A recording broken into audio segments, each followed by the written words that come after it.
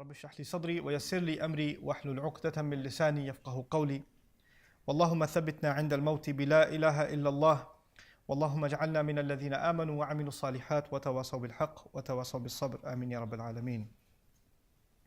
The story of Musa alayhi salam is recorded in the Quran more than any other story. Allah Azza wa Jal mentions many dimensions of that account, and you can collect at least over 70 different places where he's mentioned even by name. This tells us something. This ummah, like the Prophet will also describe to us, is very close and has a lot to learn from the history of the last ummah, the Israelites. And a lot of the mistakes that they made and a lot of the experiences that they had are going to be similar to the experiences that we're going to face, and we're going to come close to making the same mistakes that they made. So we have to learn lessons from their mistakes so we don't fall into the same traps. But today is not about their mistakes. Today is actually about the early encounters of Musa alayhi salam with the Pharaoh. You all know that Musa alayhi salam was appointed as Allah's messenger when he was in exile, and he found a fire up on top of the mountain, and he went there, and Allah Azza wa Jalla all of a sudden spoke to him and charged him with the responsibility of being a messenger and going back to the Pharaoh and challenging him. Even though he was someone convicted and wanted for murder, and the fear was that he wasn't even going to be given a trial. As soon as he enters the city, they're going to kill him. There's a lot more to this story that I'll highlight in this khutbah because we have brief time. I really wanted to get to a particular couple of ayat in Surah Taha, and that's why I want to set some of the background information for those of you who don't know, and for those of you that could benefit from at least some of the review of the accounts of Musa alayhi salam. So he comes back to Egypt. And by Allah's will, he's not only able to come back into Egypt, but safely make it all the way to the most secure building of the time, the Pentagon of the time, the castle. And he gets through security also. And now he's in front of the Pharaoh, face to face. And the generals of the Pharaoh are all around him. He is alongside his brother, Harun alayhi salam. And he obviously has traveled across the desert. He's come from Madian all the way, so he looks like he's traveled and he's disheveled. And here is someone who basically looks like they're homeless, standing in front of a king, and they're also convicted of a crime, and they're going to now speak to him. You would imagine that this is going to be a very humbling kind of conversation. Honorable king, thank you for making the time to see me. And there's formalities when you meet royalty, but he actually begins very much by declaring that he's Allah's messenger of the actual king, of the actual master, that you're not in charge, and you better let the Israelites, who you have taken as slaves, who you are mistreating in your population, you better let them go. You better not enslave them and oppress them anymore. So he threatens Pharaoh as soon as he walks in. And Pharaoh is in shock, like, who are you to talk to me this way? And this debate begins between the two of them. And this remarkable exchange is captured in Surah Shu'ara, which is not the subject today, but I want to give you some background. That's Surah number 26. And how Pharaoh reacted, and then how Musa responded, and that dialogue that took place. You would imagine anybody else who spoke in that position would be given the death penalty right away. How dare somebody speak to the king that way? Some Mufassirun even extrapolated that when the Pharaoh used to walk, when Pharaoh used to walk, people would avoid eye contact with him. Ala fil ard, one of the expressions used for him, like he was high up in the land, also means that he looked up and he looked down at people. And if somebody made eye contact, they'd get in trouble. And just eye contact and they would get in trouble. That kind of arrogance is what he carried. And here you have Musa challenging him directly. But the summary of it is that Musa alayhi salam, in that incredible debate, by the end of it was able to actually not only defeat Pharaoh in that debate, but also humiliate him in front of his own crowd. His generals, his servants, the inner circle of the king, he's now been humiliated. And he's threatening that he's going to throw Musa alayhi salam in prison, but he can't. Because if he does, there's going to be even a bigger problem for him politically. If he throws him into prison, the people who are impressed, the generals that are impressed inside the court, will go meet him in prison and continue the conversation. And if they do, there might be an internal revolt against Pharaoh. He can't afford that, so he lets him go. Because of course also, if he throws him into prison or has him executed, it shows that he's weak because he didn't have an answer. If you don't have a response and you don't know how to shut someone up, silence somebody, then you use force against them. You silence them by any means necessary. And so that would be a demonstration of his own weakness. He can't afford to do it. So what he does is he allows Musa alayhi salam to go. Where I started today in Surah Taha is the message of Musa alayhi salam. Who are you? Which God are you talking about? And the ayat are so universal. الَّذِي جَعَلَ لَكُمُ الْأَرْضَ مَهْدًا, the one who made the earth a cradle for you, meaning a place to find comfort in for you. This is, by the way, in it there's interesting nuances. Pharaoh believed that the earth belongs to him. And the land of Egypt was made extremely well irrigated because of the river that went through it, and the Nile going through it. And actually, we know from the story of Yusuf alayhi salam that there was a drought. And because of that drought, there was the entire region was going to be suffering. What a lot of people don't know is back then, in the time of Yusuf alayhi salam, there used to be multiple kings. All of them have equal power. And because of the strategy of Yusuf alayhi salam, they actually dug canals and they reserved water because the river was going to dry up later on for 7 years. And this one particular family of kings was the only one that had water left for 7 years. Meanwhile, all the other kingdoms became bankrupt. And that's actually slowly how the pharaohs became a unified kingdom in all of Egypt. And the most, economically powerful in all of Egypt. It's actually because of the strategy of Yusuf alayhi salam that over generations, the pharaohs became who they were. Otherwise, they would never have had, there was a power sharing kind of situation. In any case, now he says, وَهَذِهِ الْأَنْهَارُ تَجْرِي مِنْ تَحْتِي. The Pharaoh arrogantly says, don't I own all of the land of Egypt? أَلَيْسَ لِي مُلْكُ مِصْرٍ? And these rivers flow beneath my feet? I have ownership of these rivers. And look at the commentary of Musa alayhi salam, so subtle. He says, the one who made the earth comfortable for you. And then he says, وَسَلَكَ لَكُمْ فِيهَا سُبُلًا, and he carved out pathways within the earth, just like Yusuf alayhi salam had carved out waterways, actually. Allah is the one who facilitated this for you. Your kingdom didn't come into place because of you, or because you're entitled. وَأَنزَلَ مِنَ السَّمَاءِ مَاءً, and what would have happened if he didn't send water from the sky? He says, Musa alayhi salam says, and he's the one who sent water from the sky. فَأَخْرَجْنَا بِهِ أَزْوَاجًا مِّن نَبَاتٍ شَتَّى. So he sent from it all pairs of plants, all kinds of vegetation that grows all over the place in diverse fashion. كُلُوا وَرْعَوْا أَنْعَامَكُمْ. Eat and feed your cattle also, feed your animals also. إِنَّ فِي ذَلِكَ لَآيَاتٍ لِأُولِي النُّهَى. In all of that, there are some pretty powerful, miraculous signs for people who truly possess sound intellect, who can stop and think. And interestingly enough, in the Arabic language, the ability to think is related to the ability to stop. Nahi in Arabic is to stop or prevent. And one of the words for intellect in Arabic is people of intellect, ulun nuha. Another word for the people of intellect, dhi hijr. Inna fi dhalika laqasamun li dhi hijr. Why hijr? Hijr is a rock. Because a rock or a boulder prevents, for you to go further. You have to go around it. What's the connection between stopping and preventing and the intellect? The thing is, you're presented with all kinds of ideas. What we call today propaganda. And you have to stop and analyze what's being said. You can't just keep consuming information. You have to actually stop and critique and criticize what is being said, why is it being said to me, what game is being played, is there a game being played? Because if you keep on taking in information, you would think you're becoming smarter because you're listening to a lot of news or you're getting a lot of insights or whatever. You may just be getting a whole lot of confusion in your head and you've never stopped to think about any of it. You just take everything at face value. Musa alayhi salam says there are signs in it for people who will stop and think. Meaning for people who are not going to apply their intellect, they will benefit nothing from what I'm saying. Pharaoh sees a very powerful threat here. So he has to, and I told you already, he's not going to kill him. He's not going to kill him. There's other reasons why he won't kill him also. He also loves him.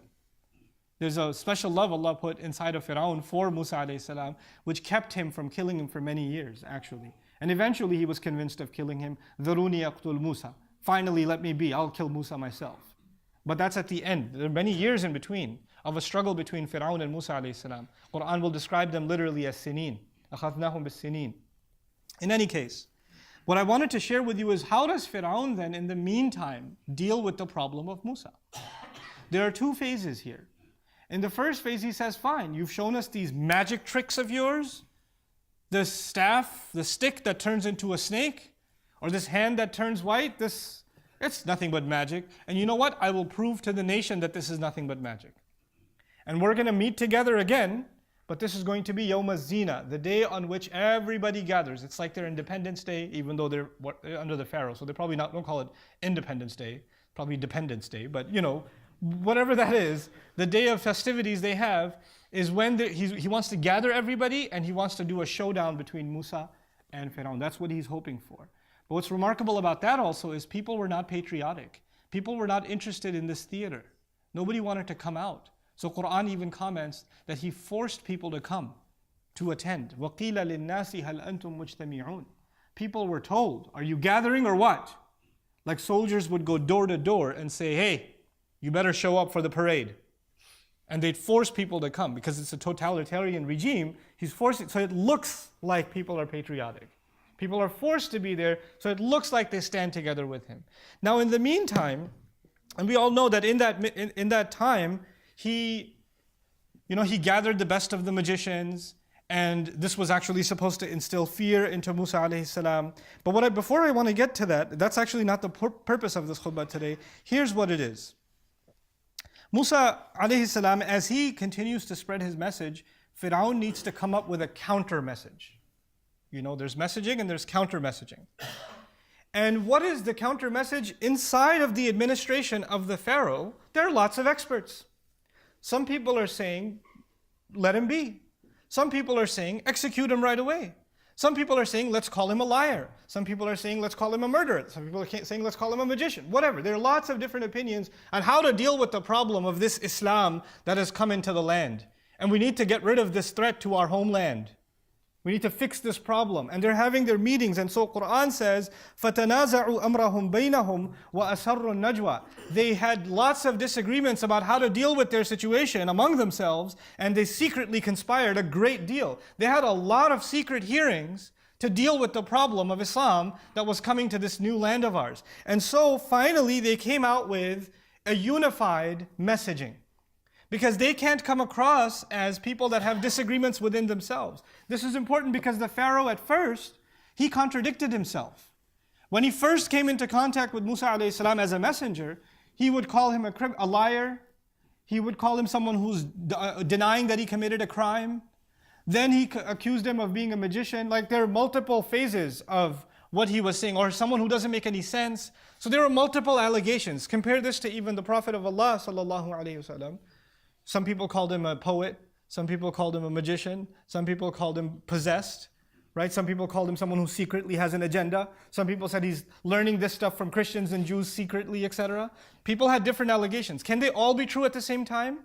No, because they're contradicting each other, aren't they? You can't be insane and a genius at the same time, or a magician at the same time as someone who's learning from XYZ. They don't add up together. So when they came up with multiple lies, those lies started contradicting each other, and the people started questioning, hey, which one is it? And that actually makes the Prophet look good, or makes people more curious about the Prophet. So they had to come up with one line that they're going to stick with, one agenda that they are going to teach everybody. When you go out, this is what you tell people. This is why Musa is bad news. This is why Musa is a problem. And here's what it is. قالوا إن هذان لساحران. These two, Musa and Harun, they're nothing but magicians, number one.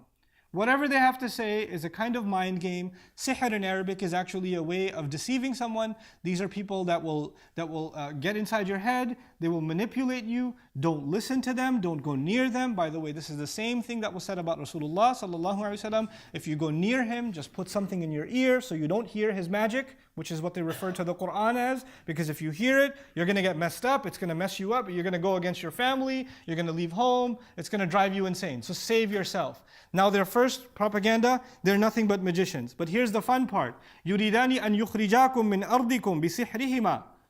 Their agenda is to take you away from your land using their magic. They are a threat to the land.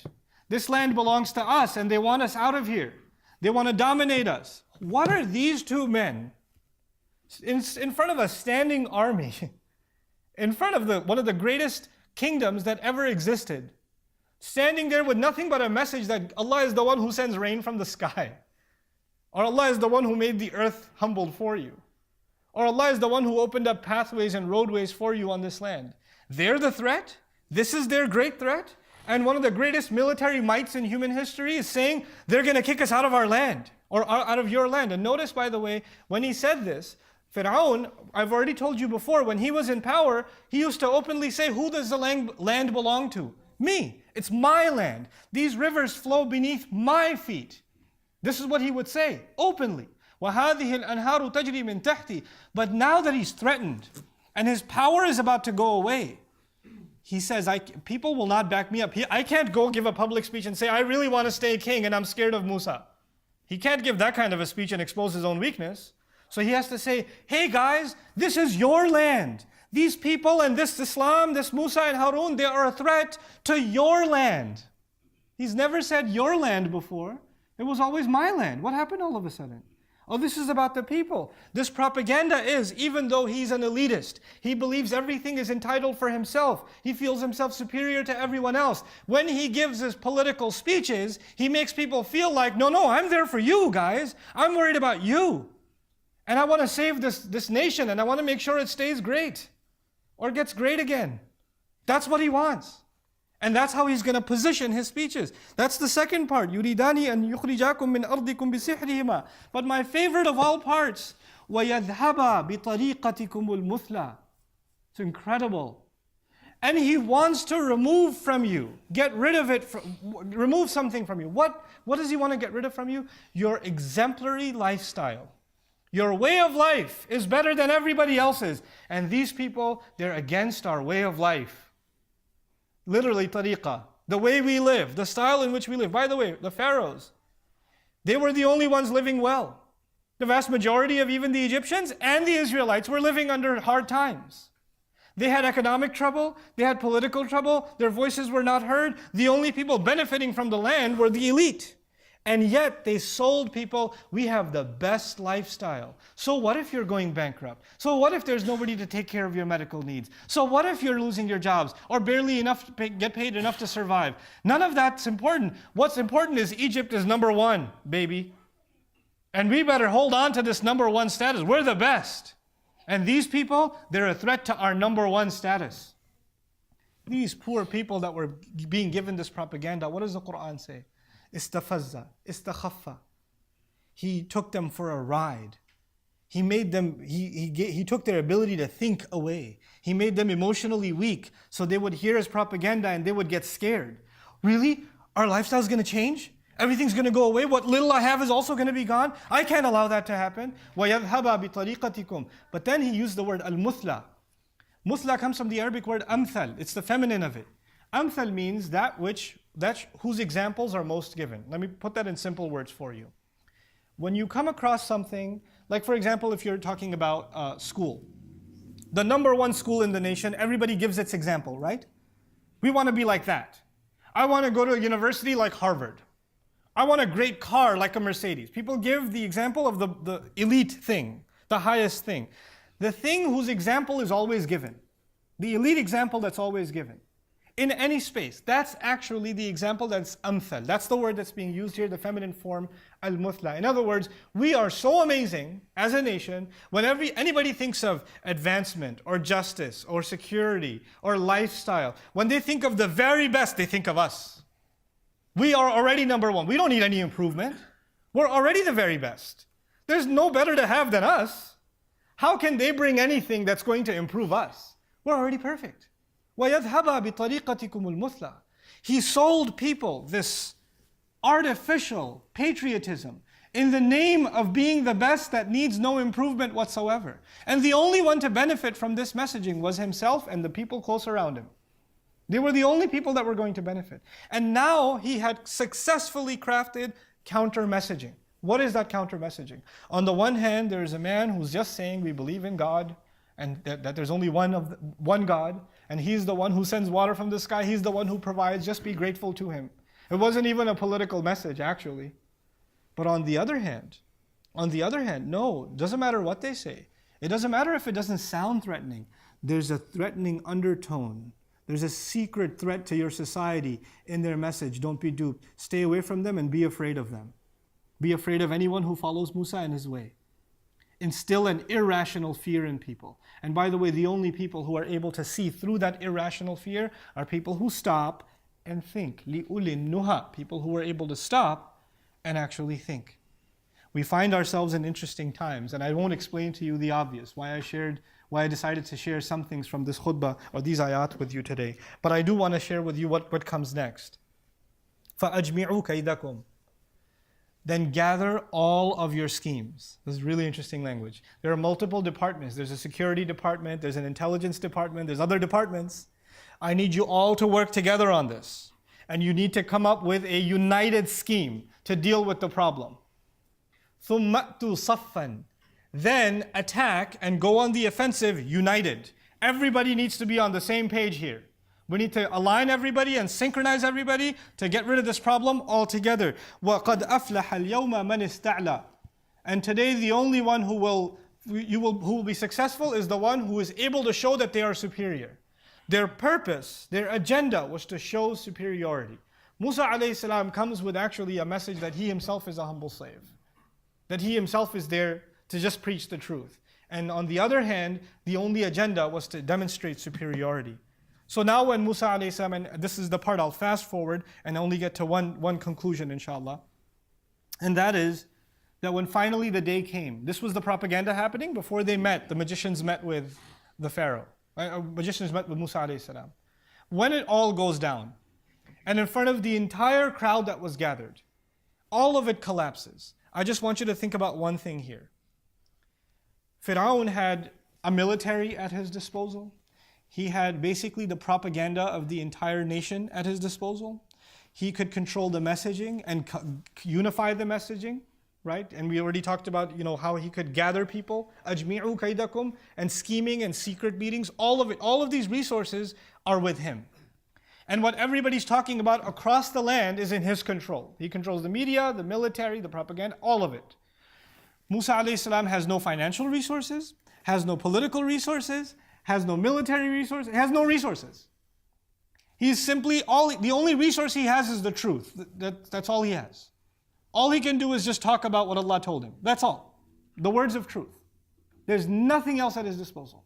And Pharaoh's scheme is to crush this messaging altogether by making a huge spectacle out of it, forcing people to come and getting them to go against each other. And finally, when he's humiliated in public, this Islam thing will die. In other words, he wants people to see how bad and how untrue and what a failure the religion is. And he wants to show that to the public all at one time. When he does this, and I think all of you know the story, it backfires, doesn't it? The magicians who were supposed to be against and demonstrate the greatness of the Pharaoh, وَقَالُوا بِعِزَّةِ فِرْعَوْنَ إِنَّا لَنَحْنُ الْغَالِبُونَ, they actually started their battle with calling on the glory of the Pharaoh. They tried to make the Pharaoh look good, And when they were overcome, when they fall into sajda, when the greatest threats, the ones that were supposed to be the greatest obstacle to the truth, were the ones that were going to undermine the miracle of Allah given to Musa alayhi salam, the staff in the hand. When those people, the greatest weapon of the Pharaoh, the ones at the front of his propaganda machinery, when they fell into sajda, then what message does that send to the entire nation? And Pharaoh doesn't know how to deal with this now. He's a magician, and he's going to get rid of your power, and he's going to get you kicked out of your land. All of that has failed. And you better believe in our heroes, these magicians. They will save us. He's putting their posters up. But when they take shahada, they fall into sajda, he now has to come up with an immediate alternative scheme. إِنَّهُ لَكَبِيرُكُمُ الَّذِي عَلَّمَكُمُ السِّحْرِ. Oh, he's your ringleader. He's the one who taught you magic to begin with. I see what this is. I see. And now, obviously that isn't true. They trained in different cities, and he brought them min al-madaini, he brought them from all over the place. That obviously isn't true. People can see right through it, but before people even get to question it, I'm going to make an example out of you. I'm going to chop you up from opposite ends, right arm, left leg, and I'm going to hang you from the barks of trees so people can see what happens when they're traitors against me. Now he knows the only thing left is to instill horrible fear in people for anybody who dare question him in any way, shape, or form. This is the nature of propaganda. It's always been. There's nothing new. Instilling fear into people, keeping people from thinking straight, spinning a story about what believers are and what they represent to a society, describing them as a threat to the nation. This stuff isn't new. We've always experienced it. This is why it's in the Quran. Allah didn't just tell us stories. He told us to be mentally prepared. He taught us how to be mentally prepared. And by the way, what they had to fear then, the fact that you're feeling afraid, you're not less of a believer if you're feeling nervous and afraid. If because of what's happening around the nation and the rhetoric that's happening and the masajid that are being attacked and the things that are being said on the street, or your family has to hear in the mall, or whatever's happened with you, or your children at school, in public schools, if you're feeling afraid, that doesn't mean you're less in Iman in some way. The bravest of all of these people who faced propaganda and faced corruption was Musa alayhi salam himself, and at one point, فَأَوْجَسَ فِي نَفْسِهِ خِيفَةً Musa. In his own self, he felt fear. Musa also, Allah even says, even Musa. And so it's okay for you to feel afraid, but that's when you come back to Allah's word. And that's what Allah's word will mean something to us. قُلْنَا لَا تَخَفْ إِنَّكَ أَنْتَ الْأَعْلَى. Don't be afraid. You're the one on top. You're the one very much on top. Don't forget that. Why? Because you're with Allah. And because Allah is with you. وَأَنْتُمُ الْأَعْلَوْنَ إِن كُنْتُم مُؤْمِنِينَ. You will be on top. You will be superior. You will not have anything to be afraid of so long as you truly believe. This is a test of our Iman. If nothing else, this is a test of our Iman. Your citizenship is less valuable. Your home is less valuable. Your family's security is less valuable. Your finances are less valuable. Your Iman is more valuable. And if this experience will increase your Iman, it's worth it. If it will increase my Iman, it's worth it. So let's take these difficult times as an opportunity to really increase our reliance and our Iman in Allah.